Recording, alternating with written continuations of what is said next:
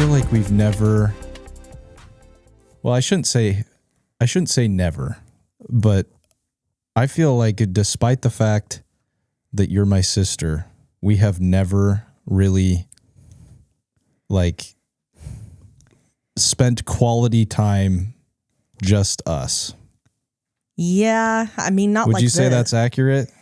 I mean, not like this. When was the last time that like Kevin and Haley did something together? I can think of a time. If we're 20 years ago? Yeah, probably about. What was it? Okay, so this is a memory I think of with you all the time with like every time I just think of like Christmas even. So we had a tradition at our house where I slept upstairs. Oh, I already know what this is. Yeah. But tell it anyway. Yeah. Okay.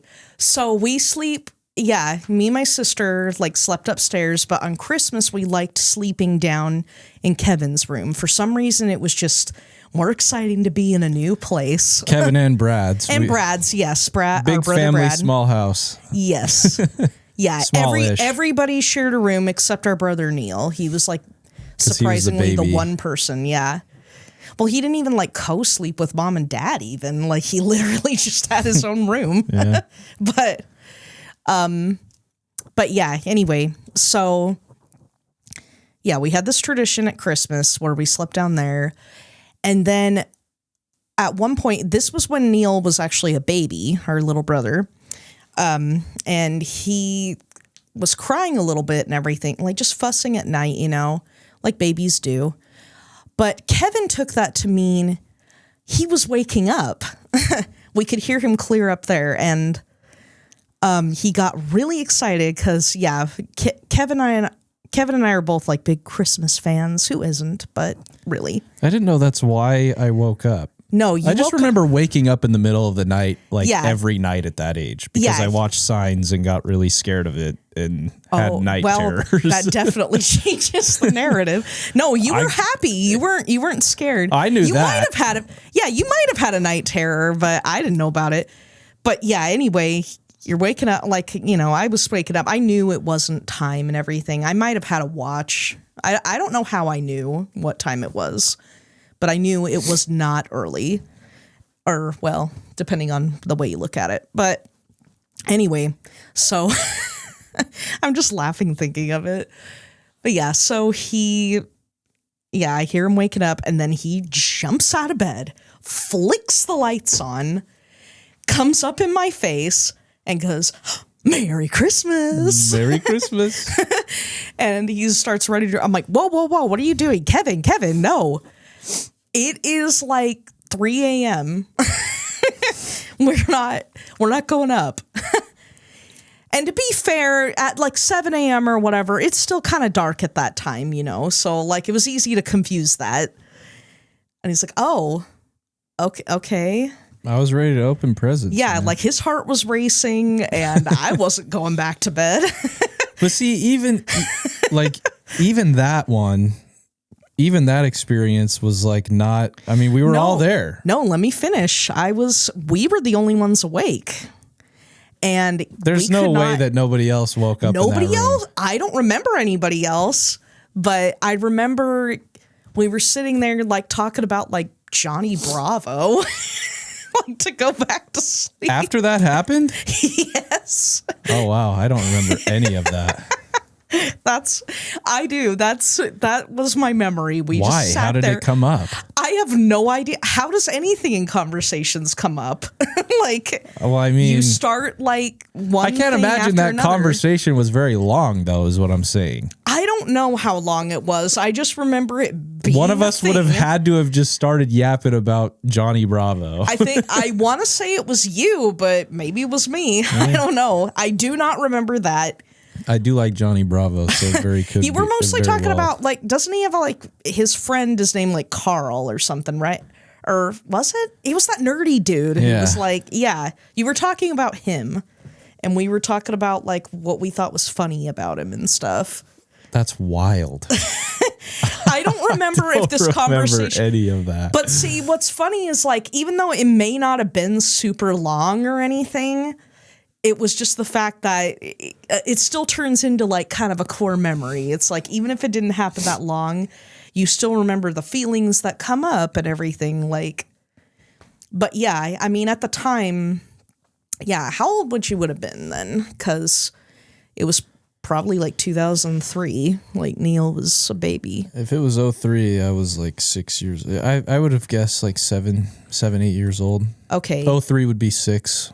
I had just turned 12 because I turned 12 right before Christmas. My birthday's in December. So yeah, I would have been like 12. Yeah. So. Wow. I did not know. I wouldn't have expected that I mean, there were 4 of us in that room. Well, Scott never liked to go. Like, I don't know if, yeah, No, Christian Scott and didn't Christian either. were just. Scott and Christian were too cool for this tradition. So. Well, no, they slept downstairs. They just had their own room. That was they already had their their own room, room. but they never, but they didn't really join in our festivities. They were just kind of like over there. Sometimes I mean, like I bang wouldn't- on the wall or something. Yeah. But I wouldn't have slept in a room I wouldn't have slept in that room with 6 people. That's Like, fair. I would have stayed. It was really just me and May coming to hang out with Kevin and Brad. Yeah. So, I mean, like, yeah, it's just my point. Like, I can't remember, Yeah. I guess, ever really doing anything And- without other members of the family present. That's kind of true, because I feel like, at least with our family dynamic too, it was like, I remember a handful of maybe one-on-one conversations with a few siblings and everything, but a lot of the time we did do a lot of things just together. Right. And I also, growing up, you kind of get obsessed with playing with your friends and everything. He was definitely guilty of that, but honestly, I was too, Oh, I was probably more guilty than anybody else. But see, Christian, maybe. But well, what's funny with my friends, anyways, most of my friends were like the youngest in their family, and I was the second oldest. So they always wanted to, they were like, I want my space, my house, my rules. And I just went with it. And that's kind of happening to my daughter, Katie, right now. Her best friend is lives across the street from us, and she's an only child. And that's exactly how she is. My house, my rules, my space. If you want to hang with me, we're hanging here. Yeah. And sometimes we get her to come to our house, but it's pretty reluctant. Yeah. And and I think all my friends were a little freaked out by how loud all my little brothers were and everything, and that just was not there. Yeah, that probably had a lot to do with it. And even my husband, it took him a long time to get used to, because he grew up with only a brother, and then he came into this house with a million boys, all talking loud. And yeah, it was like, whoa, this is kind of a lot. Our environment is not for the faint of heart. I but feel like it was interesting. That's interesting because I started out always going over, always going next door. Right. And it was like every day I was there all day. But then as time went on and middle school happened and, the circle expanded citywide, it was our house that eventually became the place to be. That's true. But that would have been around the time that you were 18, 19. And right. Yeah. Kind of out. I do remember being kind of on the tail end of that just because, I was about 18. But then I was also the first in the family to get married. And so, people mention a lot of things that I'm like, no, I was not there for that. I was married for 5 years before the next sibling got married. So, I was out of the loop for quite some time. Yeah, that's kind of crazy to think about. Yeah. So, my first question is something that I've just been personally wondering is why you want to be on the podcast. Why do I want to be here? Like you've shown, you're here because of the funeral, obviously. Yeah, But like you were like, to our made grandma. it a point. Let's do an episode. Why? Well, okay. So I'm a fairly regular listener of a lot of podcasts, including this one, although I'm a little bit behind currently. Hopefully by the time this releases, Most people are. I'll be caught up. Most people haven't even heard the first episode yet. Oh, yeah. I did listen to That's a joke. all 3 hours of that. But, Yeah, it's a long one. yeah. Who knows how long this will be? Of course, I tell everybody says that, and I'm like, dude, that's like, I feel like that's kind of the popular format, though. It's like at least the few podcasts that I listen to regularly have very long episodes. There are some like that. My favorite one, the Sean Ryan Show, he just released like a 12-hour episode. No. That's 12 hours. That's where I draw the line. Well, see, and the thing is like, you're not expected to just like listen to the whole thing in one sitting. Like it's like listening to an audiobook. That's what podcasts are kind of fair. That's the direction they're going, I feel like. Okay, yeah, I've never really thought of it that way. I just know a lot of podcasts I listen to seem to have a limit. So they'll tell their guests, we have an hour to talk about this, and we're going to just cut it there. I also feel like that probably has a lot to do with the fact that they're in a studio that isn't theirs. Yeah. And they're like renting by the hour, so they are like, there's one I listen to in particular. A lot of hers are like Zoom calls because that's just what it is. Like, yeah. Anyway. But yeah, I've listened to a handful of, podcasts in my life. And, I just feel like that's sort of a millennial girl stereotype at this point. Like, why? We do our chore. Okay. Well, for me, I don't know if this is for everybody, but for me in particular, it's because I am a mom and my kids are at school and I got a lot of stuff to clean. I've got to have something to listen to. My husband, Travis, is more of a music guy. He does not like podcasts really or audiobooks. Like, well, I don't know. He's a little more lenient. He likes to listen to audiobooks in the car more, but as far as podcasts and stuff goes, he can't explain it. He's just not really, although funny enough, he has told me he is interested in recording one of these one day. Funny enough. I don't know why. Yeah, I know. I guess he likes to talk, but he doesn't even like to talk as much as me. And that's the other thing. I think I also volunteered because I am chatty. I am Miss Chatty, and I love an excuse to talk to people. And, I'm constantly, everybody like thinks, I'm on my phone just scrolling things. I'm like, no. A lot of the time I am talking with somebody, and then it gets kind of embarrassing to mention, well, I don't know this person in real life. Some of them I do, a lot of them I do, but there are a few people I'll hit up. Like I follow their page and they just happen to respond to me. And so it feels like we're friends. Well, but here's my thing is like, I hear that and you're like, okay, I'm a mom and I'm at home and I've got I shouldn't say a bunch of free time, but I can, like, this is something I can do. But like you said, Travis is a music guy. Why podcasts? Like I feel like there's a lot of things that you could be doing or even listening to. Why podcasts? And what does that have to do with wanting to be on a podcast? Like, what are you getting out of the podcast that you also feel like you can provide? The reason I'm laughing is because I know it doesn't mean to sound like an interrogation, but it sort of does. Like, why are you listening to podcasts when you could be doing other things? Yeah, well, I get it. I know you weren't like interrogating.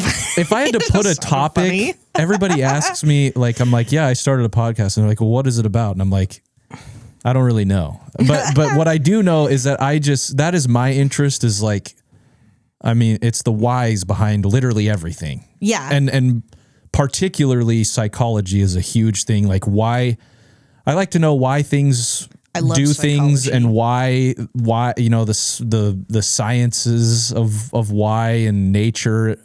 But particularly, I'm like, why do people do what they do? Yeah. That is a very interesting topic to me, and that's why I'm asking, like, True, yeah. what is it about podcasts? So for me, podcasts, so I consider myself an extroverted person too. I'm probably, besides our father, maybe the second most extroverted, maybe? I don't know. Yeah, that's Because fair. our dad like takes extrovert to a new level. So, but Yes. he does. I swear he does not know what social anxiety means. I've tried to break it down to him. It does not compute. Yeah. But anyway, He's but a see, card. I'm different. It's like I do like to talk to people, but I get that people like don't want me blabbing to them all the time. And I'm like, yeah, I that's fine. But anyway, but I'm also somebody who likes to be more I'm kind of more extroverted in that I don't always necessarily like to chat with people. Like even if I'm not chatting with people, I like to be in the presence of people. I kind of like to be watching people, seeing what they're doing, what they're about. Like Ashley and I like airports for that reason. yeah. Yeah, it's like kind of people watching. But it's also the feeling of even though I may not be watching their every single move, I feel like I'm not alone still. Like, I don't know. It's sometimes I like my solitude because I do have 4 kids and it's loud and I need my peace and quiet.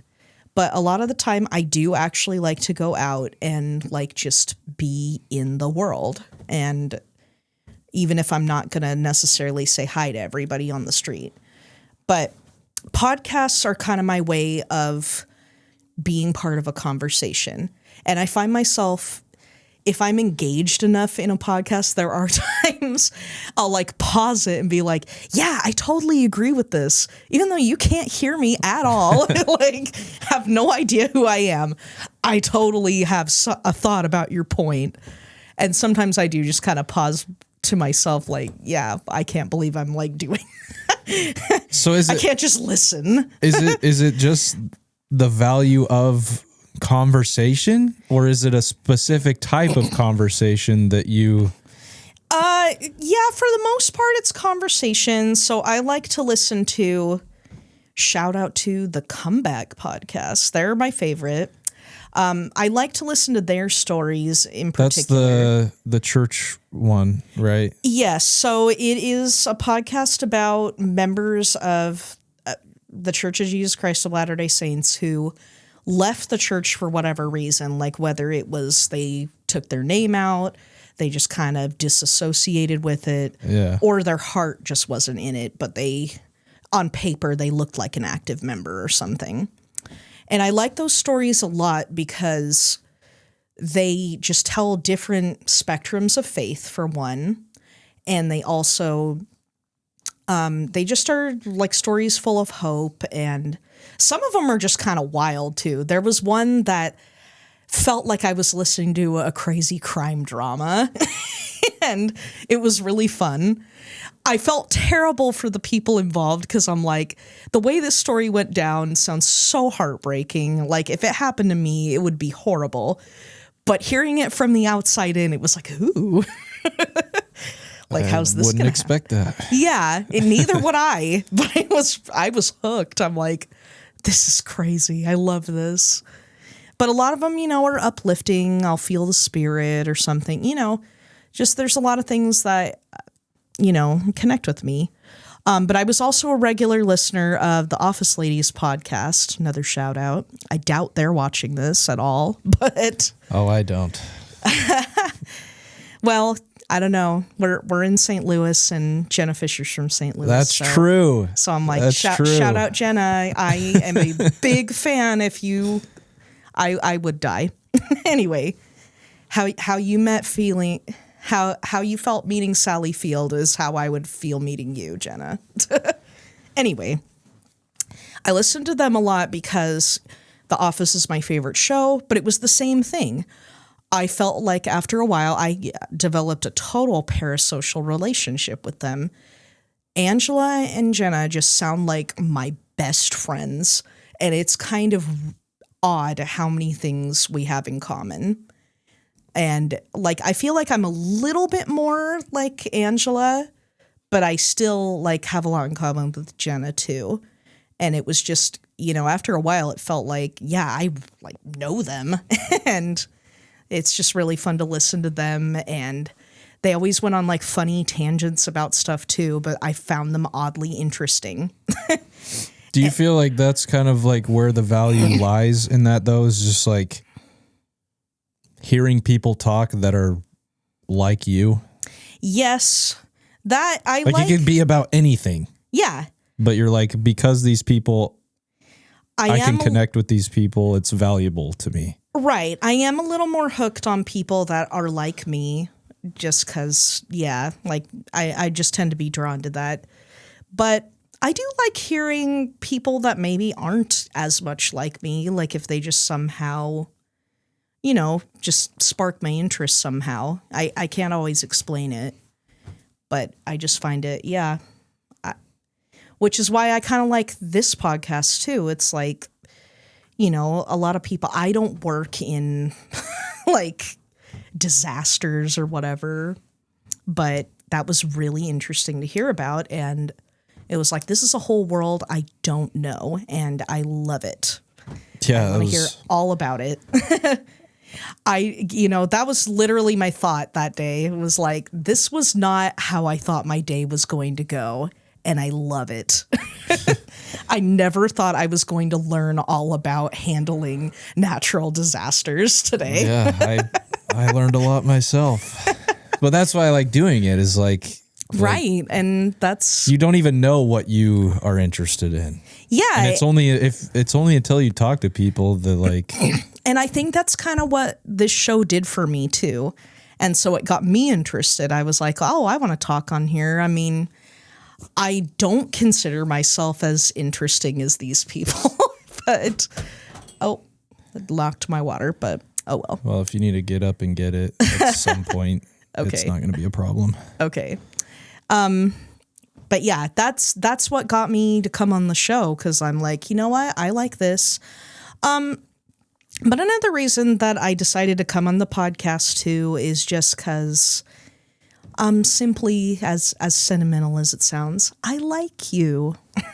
Thank you. So I've always, even though Kevin was saying that, we haven't had all these one-on-ones and everything, which is true, I still have always seen him as my little brother, and I've always been proud of the things he does and just think you're a good person. And I love that you're wanting to do a show where you're like wanting to become closer to people and learn who they are and all that. Like, I really connect with that too, because I guess you were right. It's like things I weirdly have in common with people I'm very drawn to.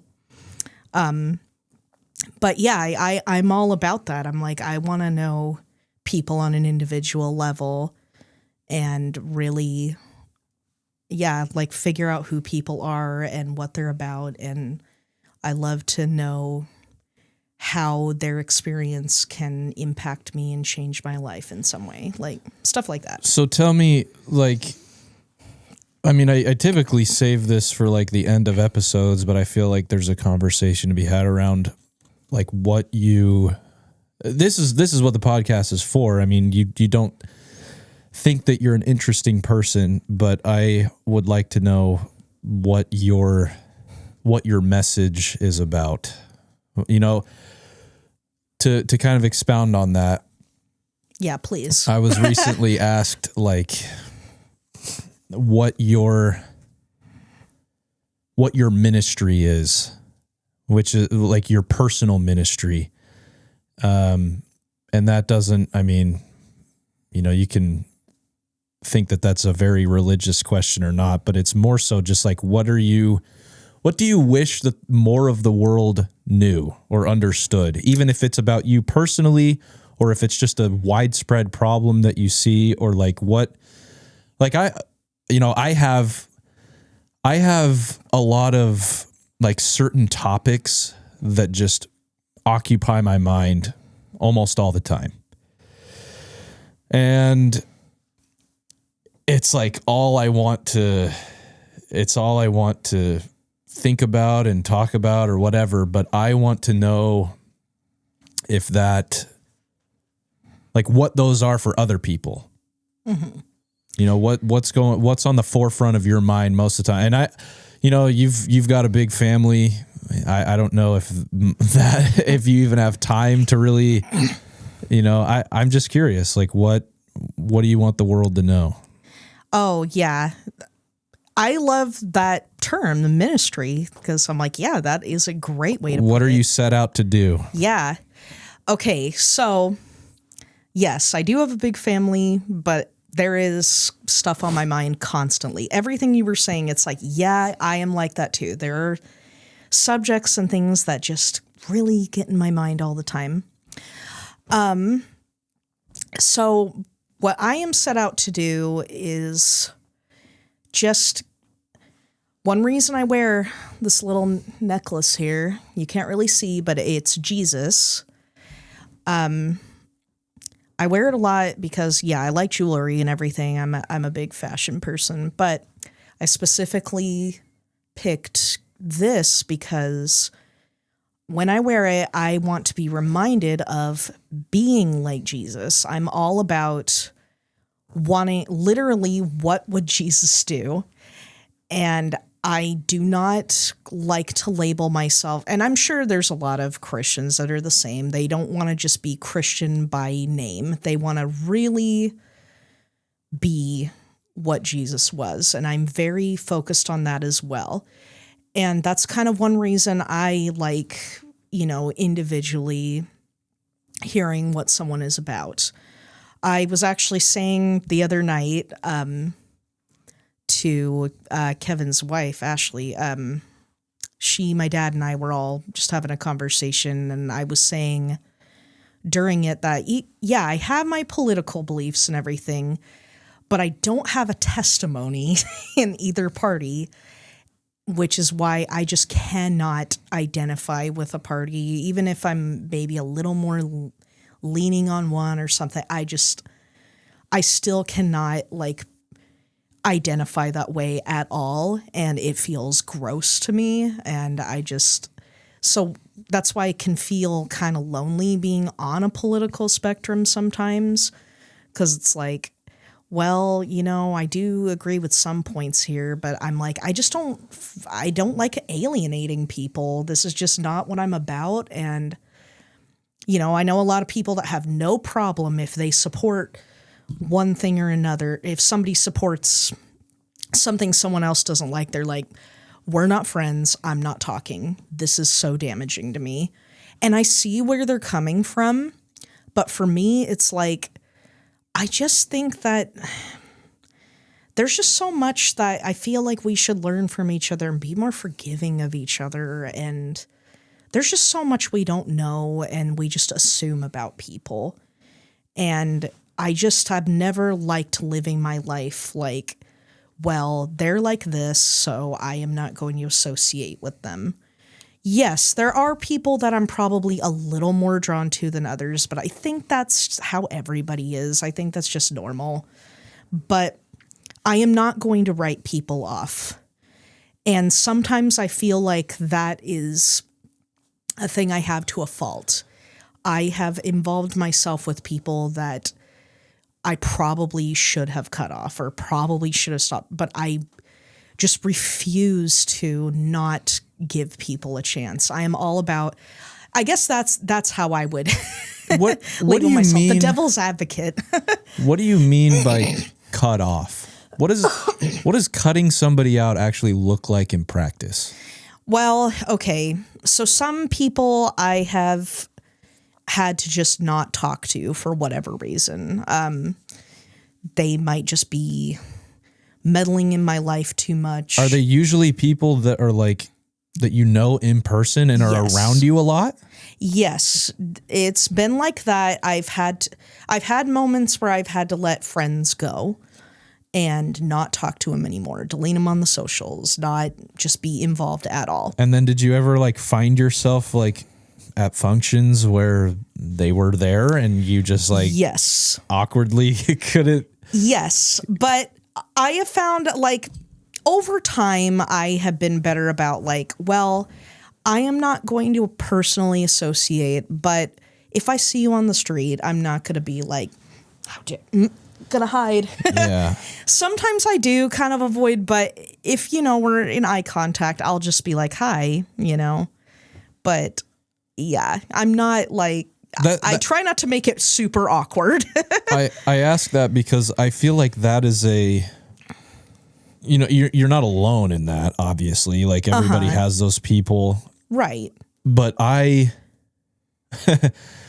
would be so prideful as to say that I don't feel like I have anybody like that in my life. Like there's not a single person that I can think of that if I were to see them in the street, that I would be like, I cannot talk to this person and I won't talk to this person. Right.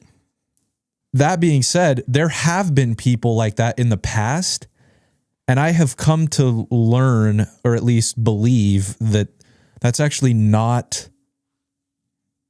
How does that work within the kingdom of God? Right. Like if we truly are set out to love everyone, right? How can we?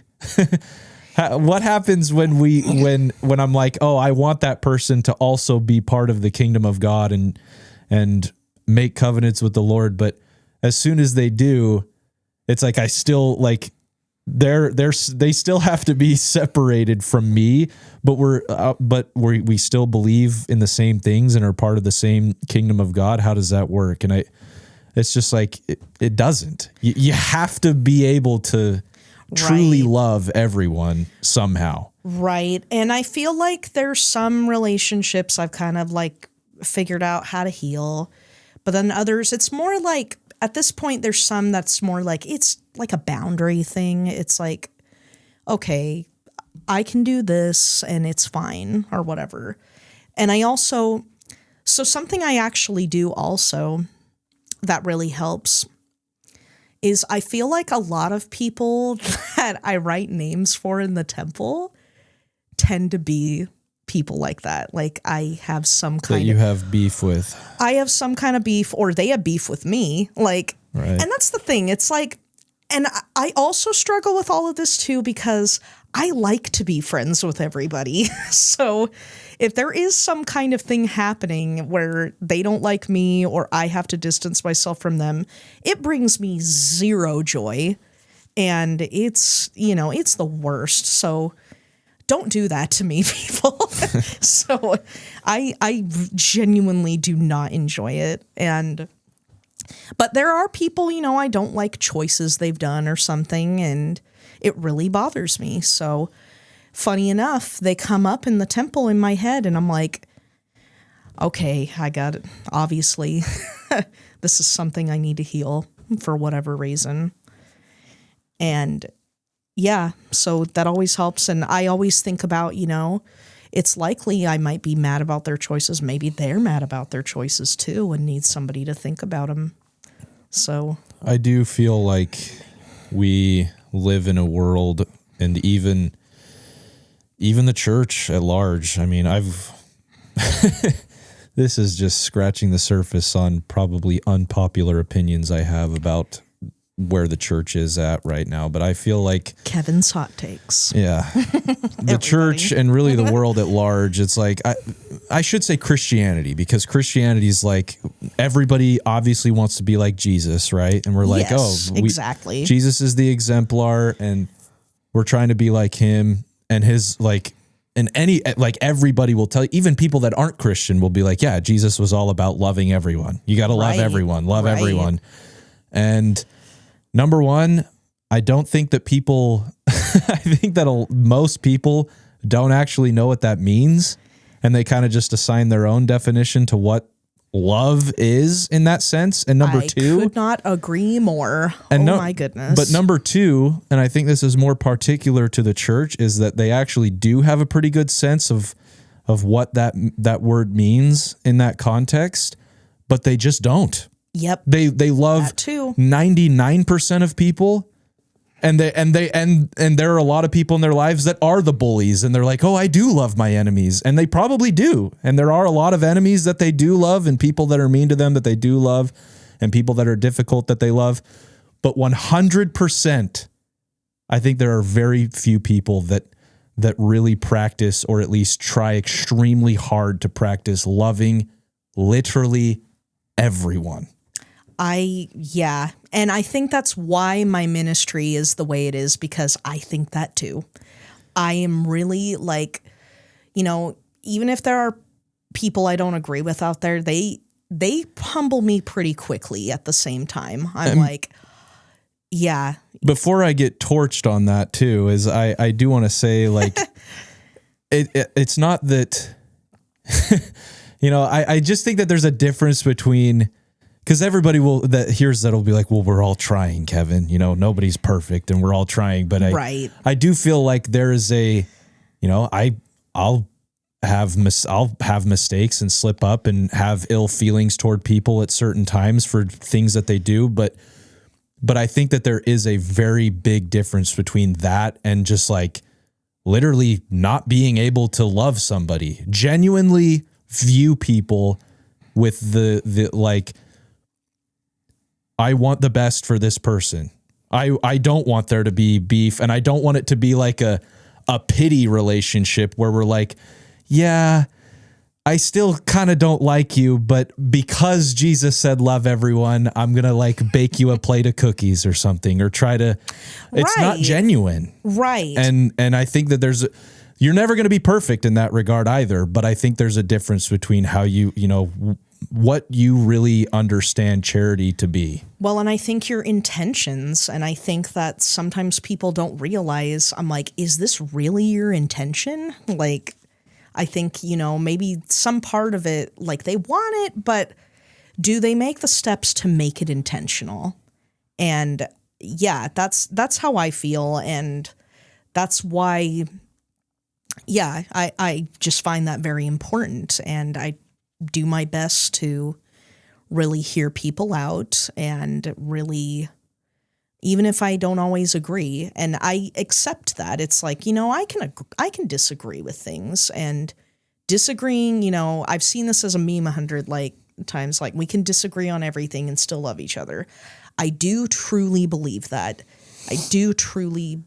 Because at the end of the day, we are human beings who all need some sort of support, and that's just what it boils down to. And I believe that that's what Jesus really saw in people, and really tried to practice that and hit that home with. That's everything. Also the idea that I am like realizing, like especially studying the Revolutionary War, like I am now. I'm realizing a lot more that that's literally what our country was founded on. It's like I'm like realizing, like, the United States of America.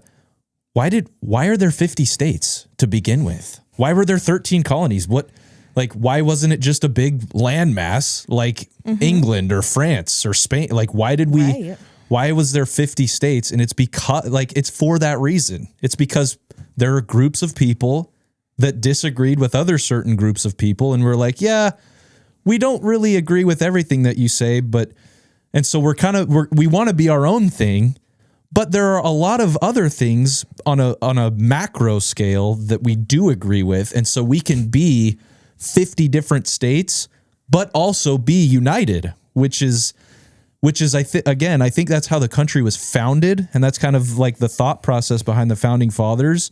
But we're getting away from that because we have kind of just merged into this.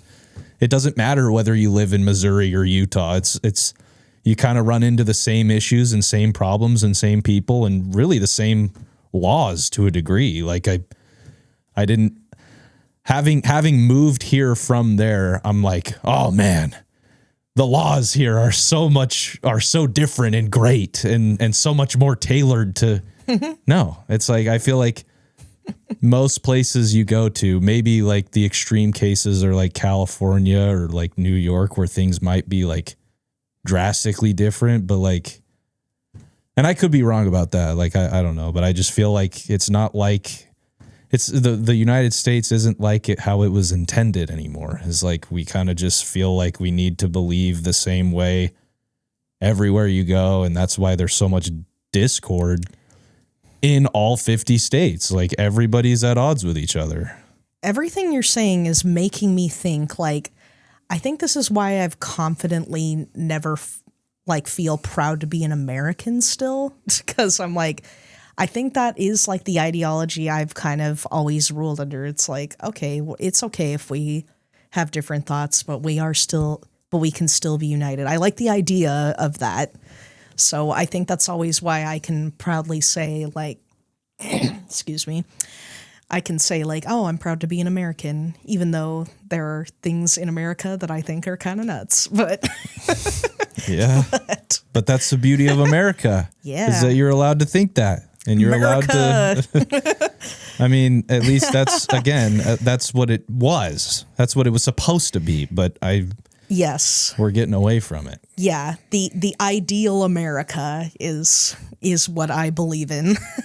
Yeah. So you've mentioned that, like, you know, Jesus is the one that you have this reminder that you want to be like Jesus. But again, back to that question about like your personal ministry, like, you know, being like Jesus, I feel like encompasses a lot of different avenues. True. What's the one that you're like, this is the thing that I feel like is one of my strengths.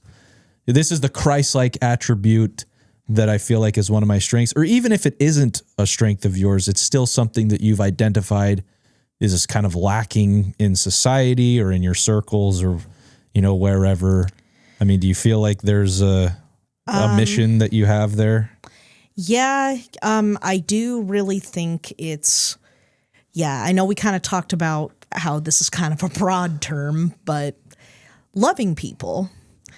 And, but I do agree with, you know, love is not just like shallow, like, well, you do whatever you want, I love you kind of thing. Like, I mean, okay, I kind of believe in that because I am, like, one reason I'm a member of this church too is because I wholeheartedly believe in agency and everything. And I just think that a lot functions better if you let people be. But that doesn't mean you can't talk about rules. You can't, you know, remind people of consequences and stuff, because that's also life. That's just how it is. And I believe in the value of all of that too.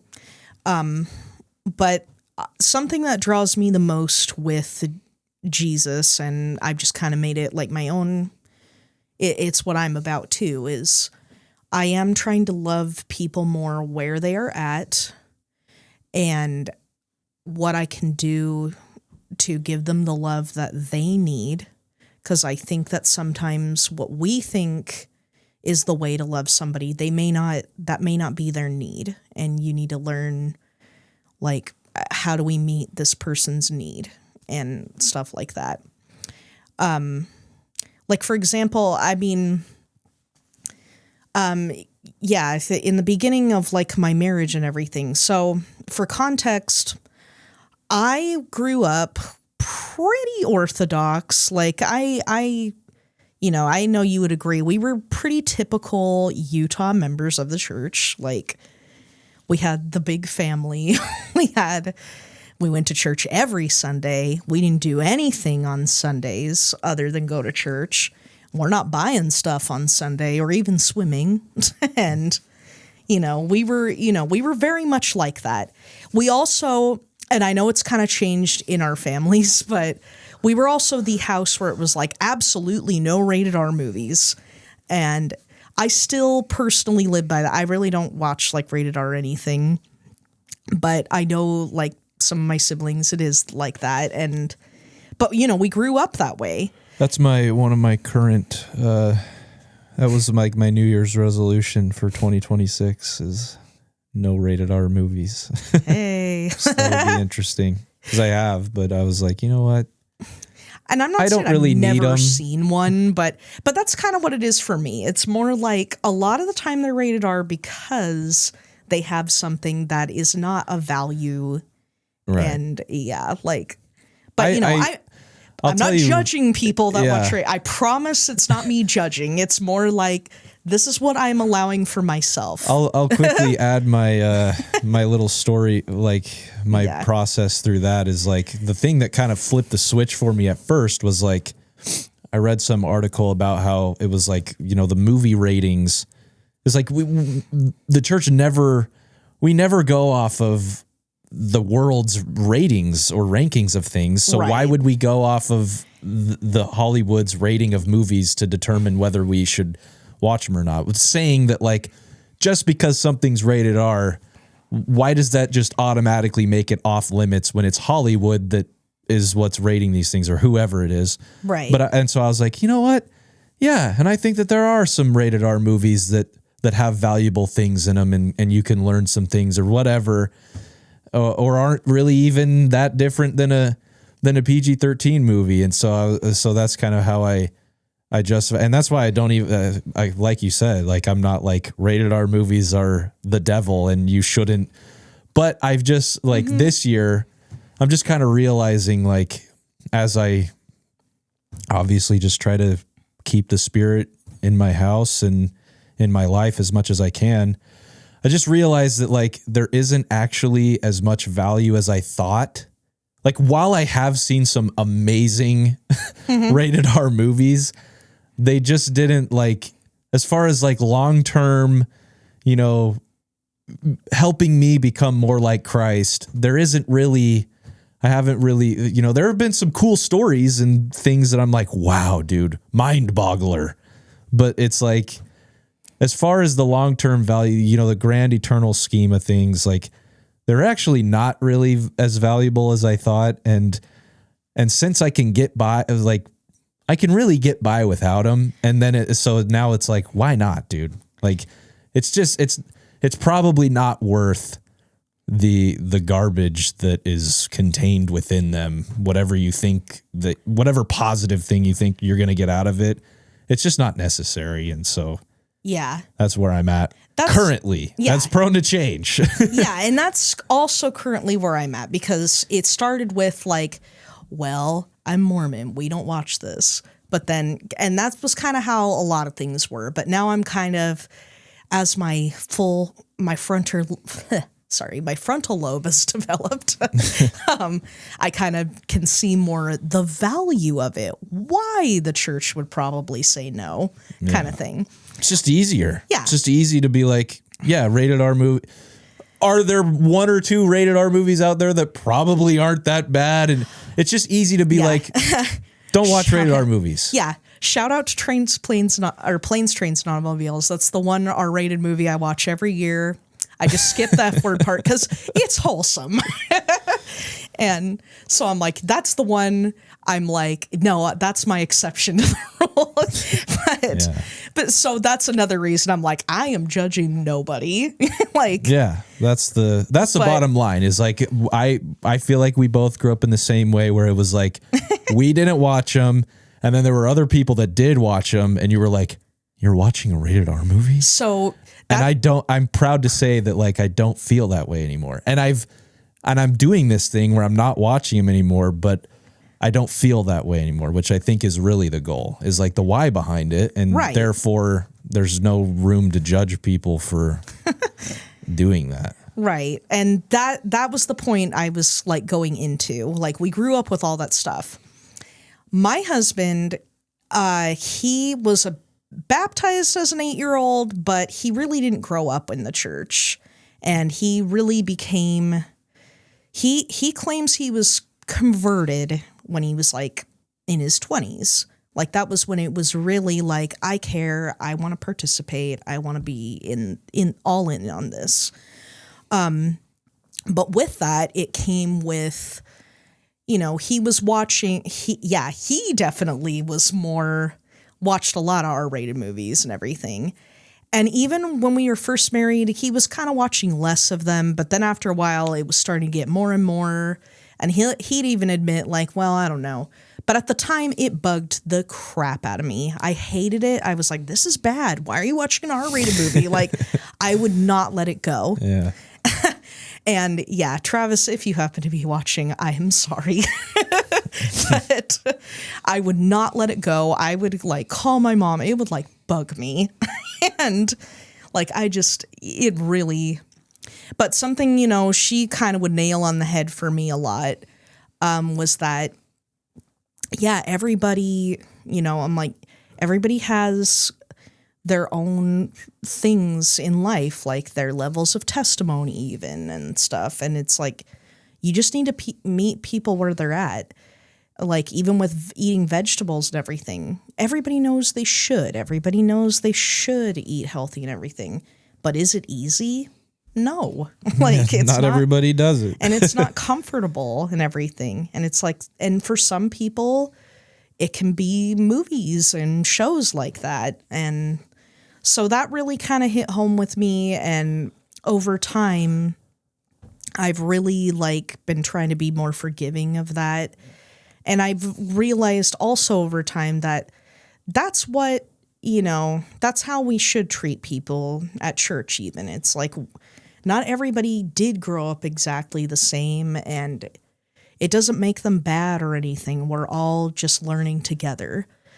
And even me, it's like I've kind of realized, I'm like, well, yeah, I've definitely never been perfect, but I was definitely one of those kids that tried to be Molly Mormon, but I just kind of realized that it's like Molly Mormon A isn't real, and right. B, I've just kind of realized like, well, the atonement was for everybody. It was even for the people who tried to be Molly Mormon and everything.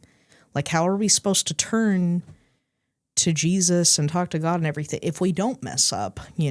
Like we need that connection. And I'm kind of just seeing that in other people. It's like I want to love them like that and not, make them feel like no matter what they do, they're bad and they're too far gone. And that was actually something I was ranting about on my Instagram last night. Like, I'm keeping it vague just because I don't want to get flamed. But well, yeah, like if you're on the internet. Yeah. And I know I can't exactly. I'll be flamed for anything.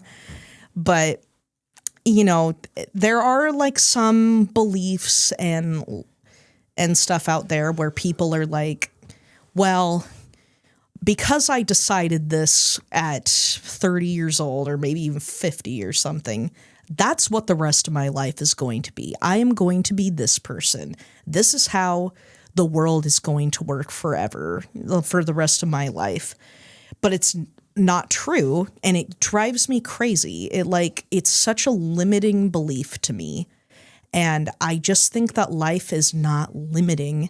And especially, I'm somebody that believes in an eternal perspective too. And from an eternal perspective, like, that is really shallow thinking.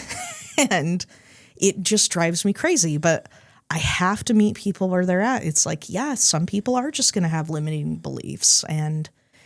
But that's something I'm trying to teach people too, is like, who you think you are now is not who you're going to be forever.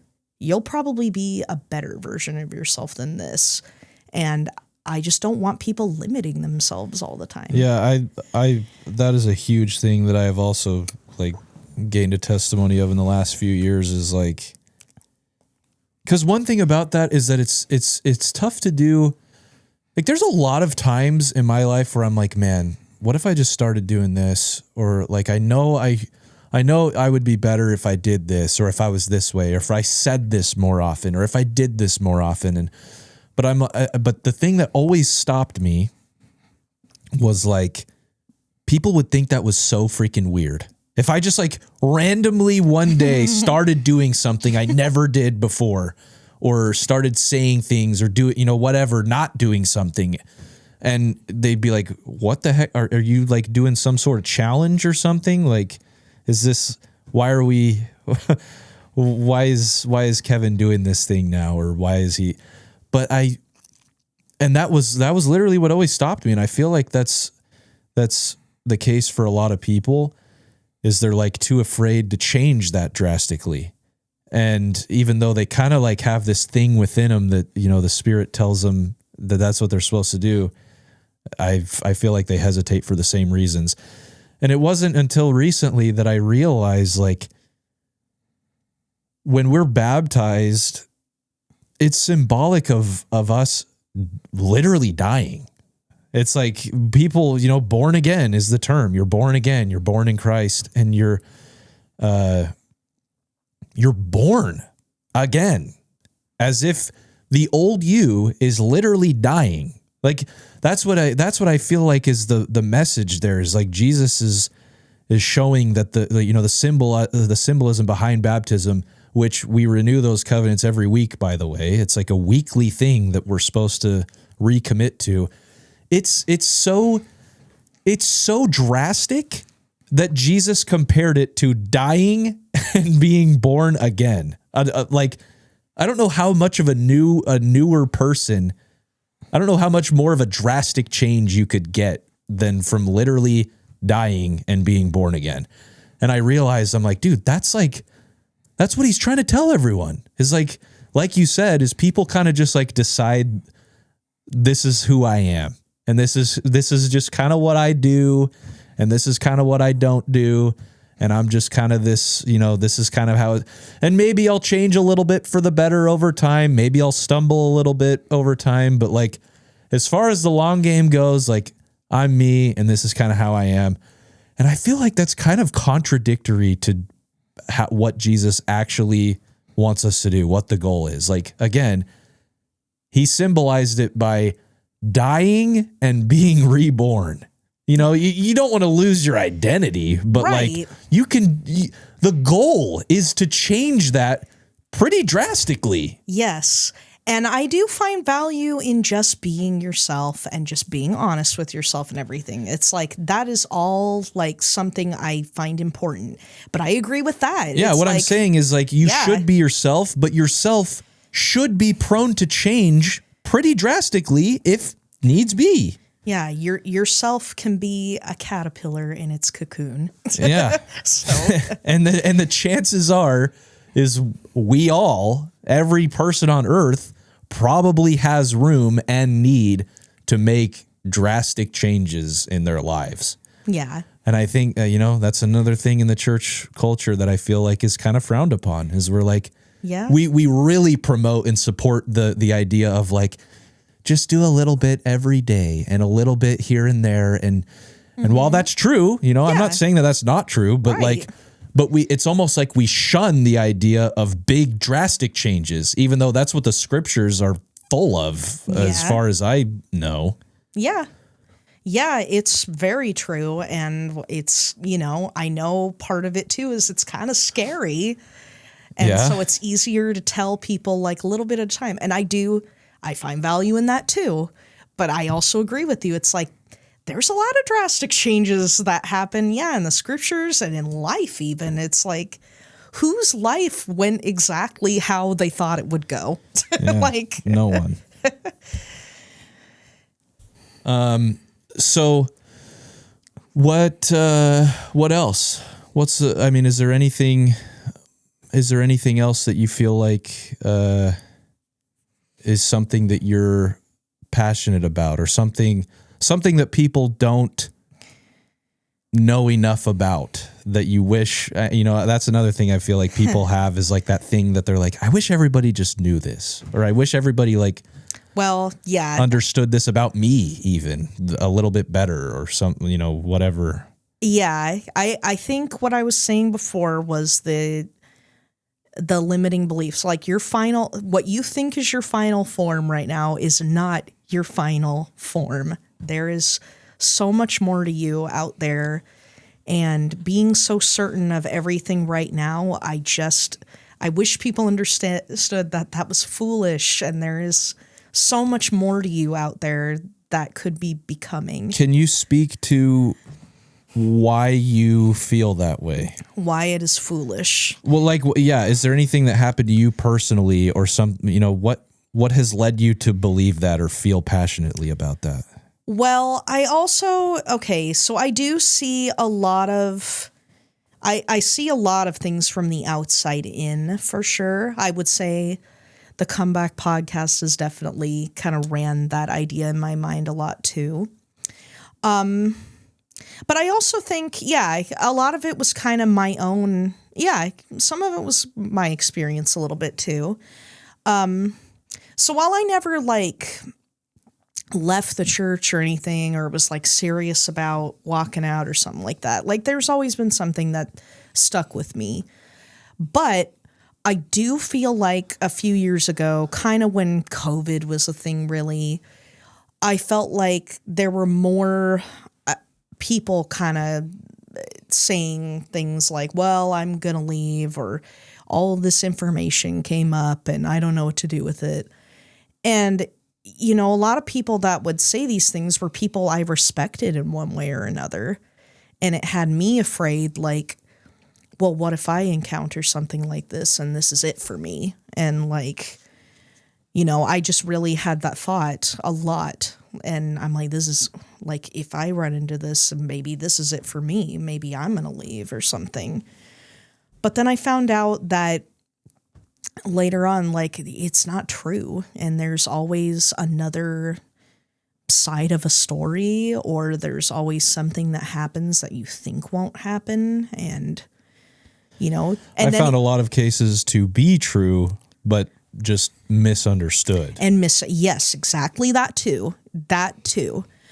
And then even in my own life too, I was definitely somebody, and I will attribute this a lot to being younger for sure. But I mean, I guess that's a lot of things in life is oh, I was young, but definitely true for me. I was very convinced that where my life was heading, I needed to marry a certain person, and that, the way everything was led up, it's no, this is what it's supposed to be. And I'm supposed to be we're going to be married and everything is going to be exactly this, exactly that. And then one day. Wait, the way that your life was heading, you needed to marry a certain type of person. Well, a certain person. I will be not naming names, but I see what you mean. Yeah. Yeah. That's just kind of what you assumed. Yes, because I was just taught well, I definitely felt the more I think about it, it's I think I was definitely indoctrinated by film. But yeah, it was just this is how life is going, and this is my guy. This person is who I'm supposed to be with because they keep showing up. They're still here, and so I was convinced of that. And then we were both members of the church and everything, and I was this is how it's all supposed to happen. But then everything fell apart. Really fell apart. And would you say that was pretty abrupt? It was. It felt very abrupt at the time, and there was nothing and I had issues of enmeshment, if you know what that is. I don't know what that is. So it means being so closely attached to a person and kind of having a hard time moving on from them, and everything they do sort of influences you a lot. It's I don't want to say it's brainwashing, but I can see similarities of it. But yeah, so I had issues of enmeshment, and I didn't know that term until a few months ago, to be honest. But when I learned about it, it was that's exactly what happened to me.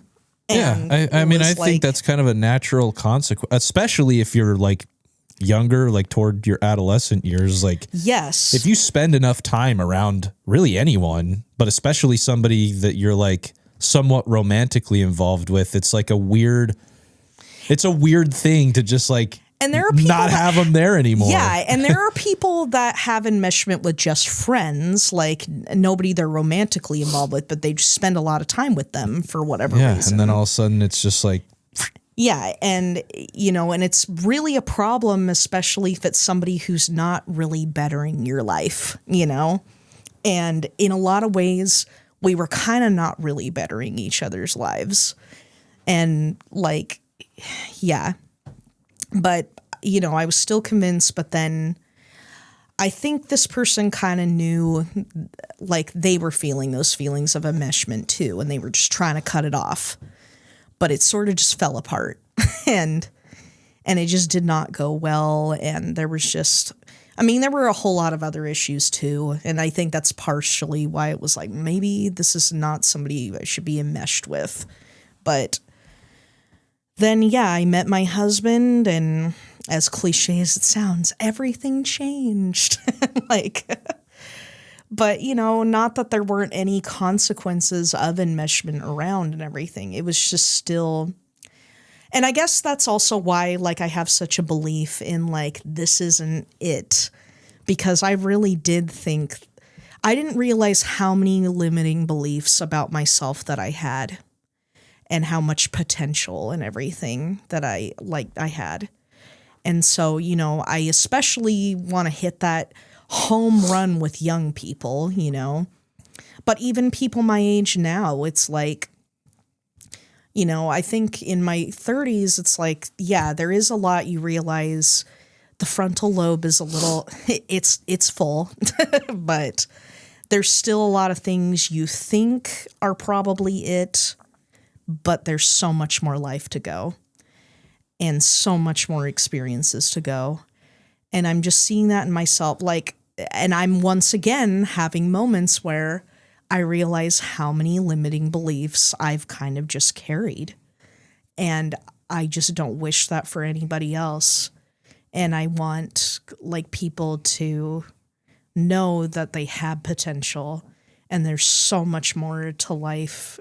There's so much more about them that they don't know about themselves that's going to make them become better people. And sometimes that looks like drastically changing, as we mentioned before. Yeah. And, speaking about that, enmeshment or whatever, there's another, I think that kind of hits on a broader point that I'm also pretty passionate about. And it has a lot to do with kind of what I've already said about just changes that people make, but it's not always even like necessarily changes that somebody makes themselves, but like there are things like what happened with you. Yeah, I did not choose that at all. Right. Yeah. And maybe you do, maybe you don't, but there are things that happen, it could be something like that, or something like even something similar, like people getting divorced, or people coming home from their missions early is a big one in the church specifically, but just big lifestyle changes or big drastic things that happen that I've come to learn that there's a ton of judgment that surrounds those things. Mm-hmm. I learned that at a very early age when I dropped out of high school. Yeah. But I've just realized that it's almost funny to me, like how many times I have heard the term, or I've heard somebody say something about a situation like that and they say, I never expected that person to do that, or I never saw that coming. I never would have expected this person to be doing this or have done this and I'm like, how many times am I going to hear that until we all realize that like you should expect it? Not that it's like things aren't surprising or things that you don't expect, but it's like I'm just at the point where I'm like, yeah, dude, people do stuff. People, that happens. And stuff happens to people. Yeah, and I think that's also what I'm trying to hit home. Just it's because you don't expect that person to have done this thing, or like, I can't believe that this person would. And it's like, I can. They're people. This stuff happens, dude. And even if you think that you know somebody and their persona is like, you get an image of somebody and in that image, they would never do such a thing. And it's like, dude, we got to stop with that, man. Like, because if we do that, then we don't give people room to change. And we're part of the problem of like expecting people to not change and be the person that they know. And it's like, yes, I think that mentality, that atmosphere is exactly that. It doesn't leave room to change. And the church, the gospel of Jesus Christ is all about change. Yeah. And that I feel exactly the same way, which is why I mentioned before there are some people I disagree with, and I'll start kind of sort of making up a narrative in my head, but that humbles me quickly. I'm like, that's the point. That's why, like, I'm not giving them room to change by having that limiting belief. I've seen in people's lives where, like, maybe something drastic is the solution to their problem, but they won't do it because of the stigma, because they're too afraid of being the guy that this happened to, or the guy that did this, and it's not even necessarily a wrong thing. It's not even something that they need to repent for or anything. It's just something that is outside of the culture, and therefore they're like, I don't want to be the guy. Yeah. And it's like, dude, you got to drop that ego and just do what's best for you. Definitely ego. And, that's something I struggled with pretty much my whole life too, is like, I had a deep fear of being wrong. And, sometimes you just have to be wrong, and it's okay to be wrong. And you are not going to ruin your life if you're wrong once or twice. And the world, that's another funny thing, is like the world we live in is, it's really not okay to be wrong. Yeah. It's like you get, but the funny thing is that everybody will say that. It's like everybody you talk to will be like, it's okay to be wrong. And, that's all part of the process. And it's like, yeah, but exactly. But in all practicality, like, if I'm wrong about something, and maybe it's something big, like, I get labeled that, like, oh, he was wrong about that. And that exists forever. And it's like, yeah, we're even glad that Kevin that made that change or saw the error of his ways and made that. But now we know that he's somebody that's wrong a lot and is probably not right. He can't be taken seriously anymore because he was wrong about that thing. And I'm like, yeah, whatever, man. Like, I used to be that way. And I'm like, all right, It's so funny when you deconstruct thoughts like that and you realize how, like, dumb it is, but it's like people do. It's true. It's the popular thing. Yeah, you just don't realize, like, how much you're really trying to fit in, but you think you're not. I know. And then all the doctrine surrounding that principle starts taking on a new meaning. Is, you learn from the age of when you're a sunbeam, when you're in primary, like, you're learning stuff like that. Like, you don't always, don't give in to peer pressure, and what's always popular isn't what's always right. And you think that you're that way. You're like, I am going to stand alone and I'm going to take a stand. And in a lot of, like, very basic, obvious ways you do. And that's what you think that it means, is you're like, I didn't do drugs in middle school. And so it's like, yeah, that's great. But, like, there's an entire other layer to that. There's a whole other level to that is being completely ignored and unidentified. And yeah, I don't know. It's absolutely, it makes for that's how I know that it's there, is because of how much, it's like, if it was that way and we're all preaching that doctrine, why are we still so mad at each other? Why is there still so much war and hate? And, I grew up thinking, the culture has taught me that it's like, it's because there's just a bunch of bad people out there. And Kevin, you just don't understand how many rotten people there are out there. And that's, but now I'm realizing it's like, no, I think it's everyone. I think we're all just kind of, I think we're all missing the mark in a major way. Yeah. And, just because, you're a member of the church or whatever, or even a Christian, doesn't necessarily mean that you understand what that means and really practice it the way that it was intended to be practiced. Yeah, and you're also not exempt from things influencing you and everything. Like, I'm always saying that, like, there's people that will get so shocked that, like, a bishop or something did something bad, and it's just like, Yeah, because he's still a human. Like, he has the title of bishop and human, but he still makes his choices, and he can fall victim as easily as anybody to some sort of influence. That's the culture that we've created, is like there's no room for that. And it's like, dude, there is. Yeah, like, and there always nobody has ever been. said. Yeah. I don't know. Yeah, it's funny. Well, what else is there? I'm just trying to think if there's, again, I want to make sure that you say what needs to be said. So what else? Well, yeah, I will say I felt like super unprepared compared to every other guest, at least just how I perceived it. So I got to say, like, I'm coming up with more than I thought I would. Way more. That's the beauty of people. Yeah, it's awesome. You have a lot more to say than you think that you do. If anybody is on here like thinking like, oh, I don't have anything to say, I really did not know what I was going to say at all. So you never know. Like, give it a chance.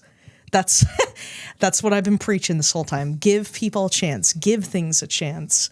Stop limiting your beliefs. This is not your final form. Yeah, that includes yourself. Yes. Yeah, very much yourself. And I do think that is like a good, life lesson even, is like everybody has stuff to say. Like, even people that don't think so. There is again, I'll tie it back to what I said at the very beginning. Like, there is a reason that people get up every day and do what they do. And I am just like fascinated with what that is. But that's the thing, is everyone has it. Yeah. Everybody has a personal ministry. Everybody has something that they're trying to do. It's not just, humans are not just people that like wake up and make money. Like, and maybe there are some out there that are like that, especially younger people that haven't really taken the time to reflect or ponder on, what it's all about. But right. I just feel like most people are deeper than that. And they, we understand that, there's got to be a reason to all of this. And right. And you're now kind of making me think of, well, I'll be honest, this was kind of a topic I maybe thought of talking about, but I was just like, well, what could I? But I think you have given me some like landing space for this. But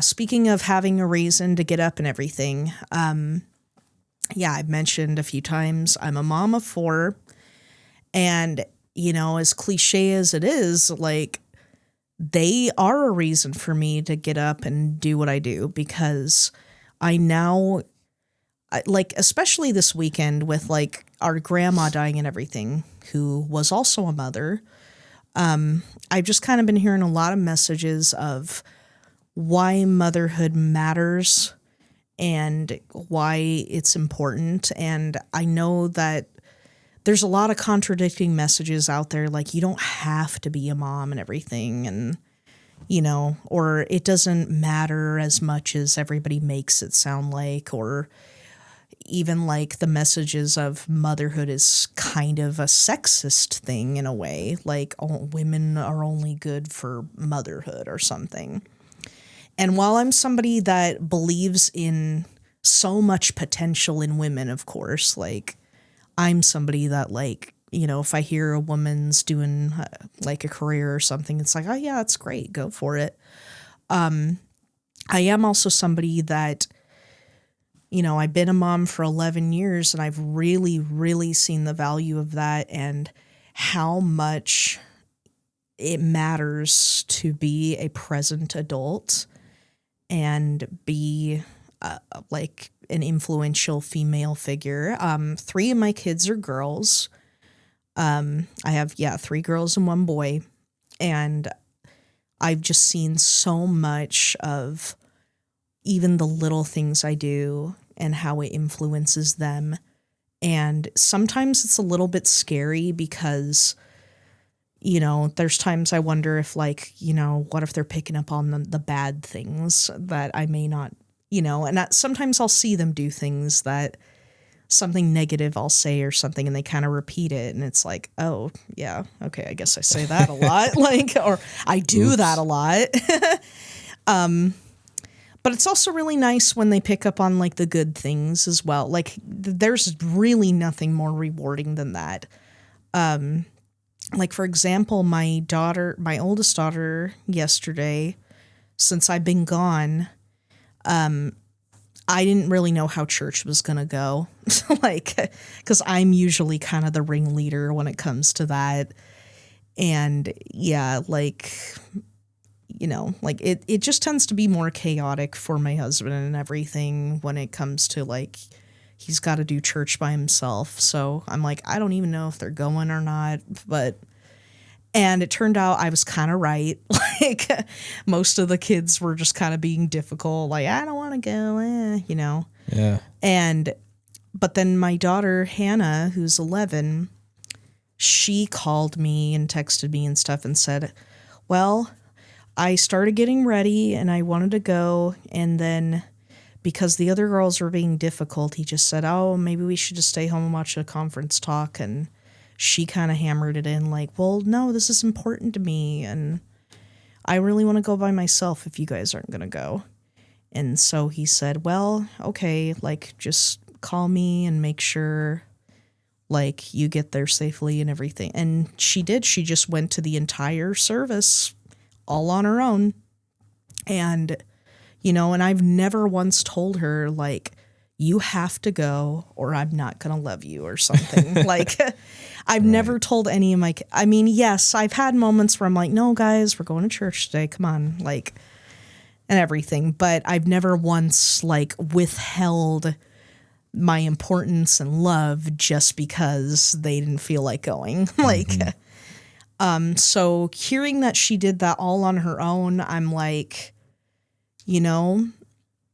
I guess my influence is more powerful than I thought it was. And, and the way she even interacts with her friends at school and everything, like that she has practiced a lot of, like, she goes to a school counselor to like solve her problems because she sees that I have gone to like therapists and stuff to solve my problems and like, and help her through those things. And the way she interacts with friends, like she's never quick to judge everything they do and stuff. And it's like, like, I don't know. There's just a lot of little things that I see my kids do that I'm like, I am instilling more in them than I thought I did. And it's a good thing. It's a scary thing, but it's also really powerful. And I'm just seeing, like anybody who has kids out there, like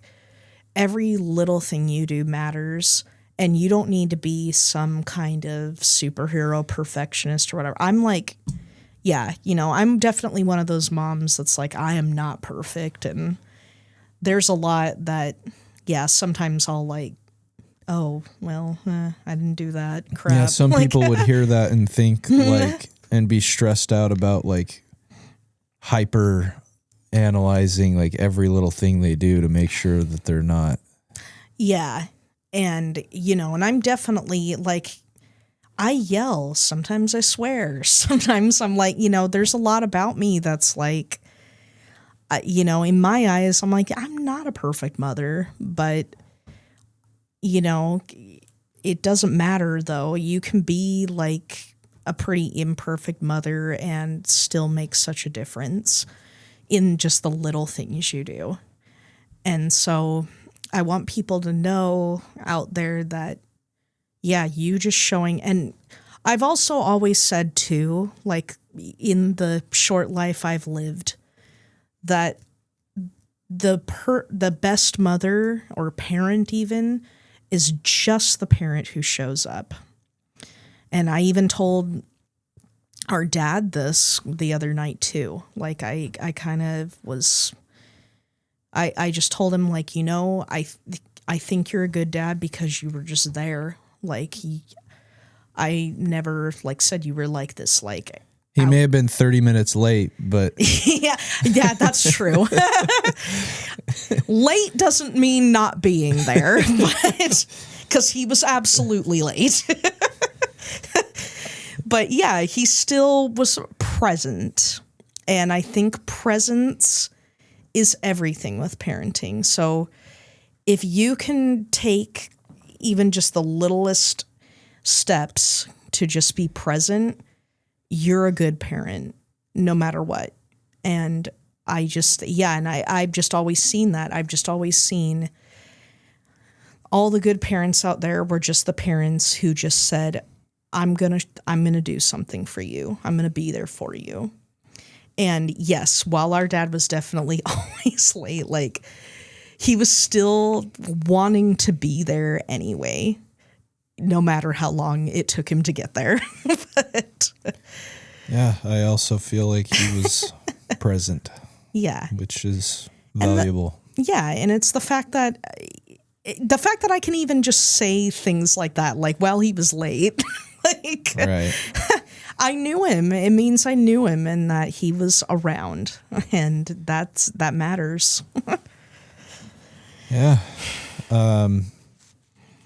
Well, that's exactly what I'm after here. So, I think we'll wrap it up.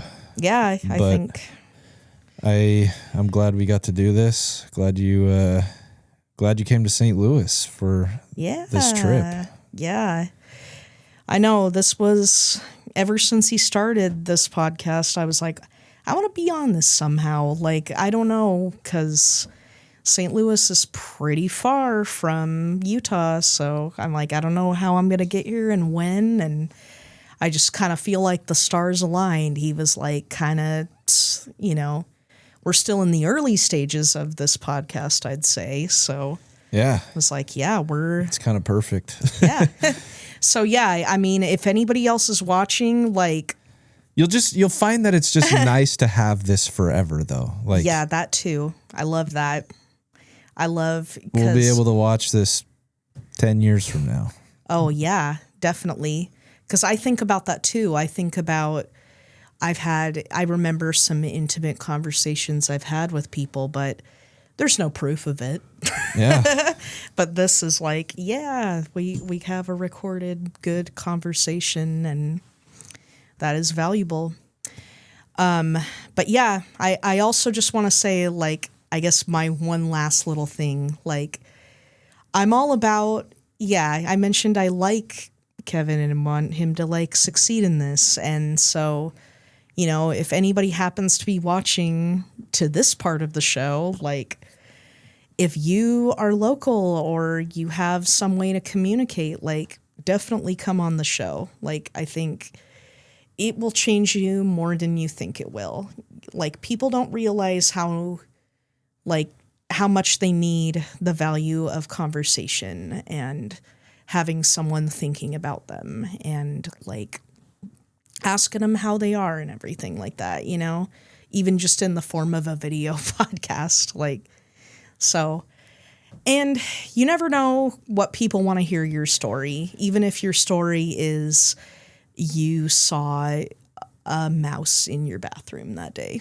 Like, there's always some kind of crazy way you might tell it that people needed to hear that day. So, yeah, like, don't be afraid to come on the podcast. Like, let's get some more guests. Yes. I appreciate that call to action. Yeah. I want to contribute to society, and the way that I have enjoyed most is just giving a voice to people that otherwise may not feel like they have one, or do feel like they have one and just need to get more of it out there. I mean, I'm the latter. I am chatty about plenty. Yeah, I want people to hear each other. Yeah, let's do it. Thanks again for your interest and being on here, taking the time. Yeah. And we'll end it there.